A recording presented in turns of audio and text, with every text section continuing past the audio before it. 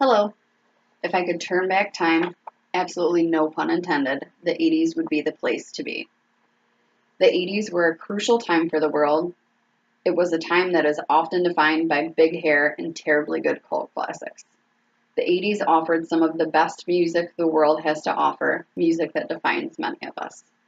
The 80s gave us entertainment while also giving us Prozac. I am here to take you back 30 years. Let's rewind to June of '88. For a little general information and perspective, gas was only 93 cents per gallon. Ronald Reagan was the president, and a trip to the movie cost under $4. The average price of a home was under $100,000, and you could own a brand new Ford Taurus for under $10,000. For those of you who don't know, a brand new Ford Taurus nowadays is almost triple that, and to find your dream home for under $100,000 would be a miracle. June of 1988, a woman named Kay Cotty was the first woman to sail the entire globe solo.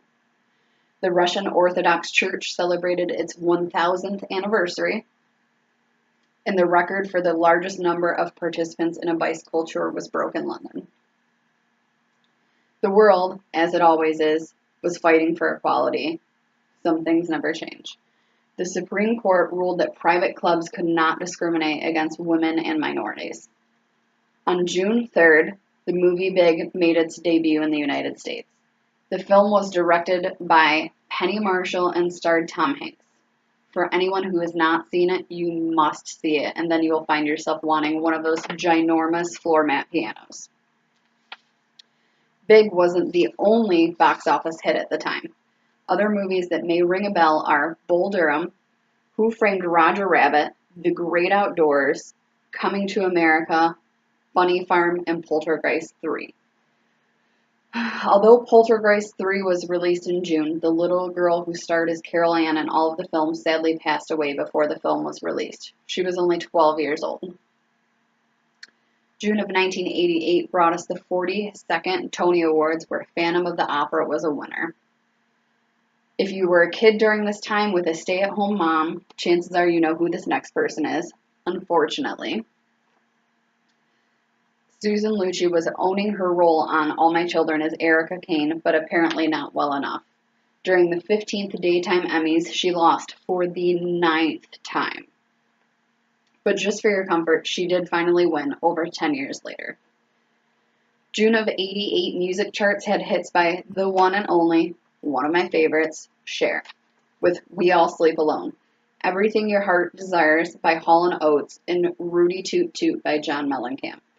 At this time, George Harrison released This Is Love, and speaking of music, the infamous Bruce Springsteen divorced wife Julianne Phillips on the 17th.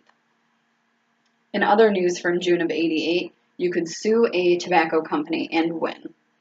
A widower sued Liggett Tobacco Company after his wife passed away from lung cancer because of 40 years of smoking.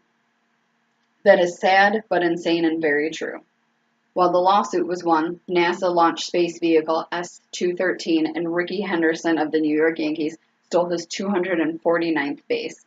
That's a lot of bases.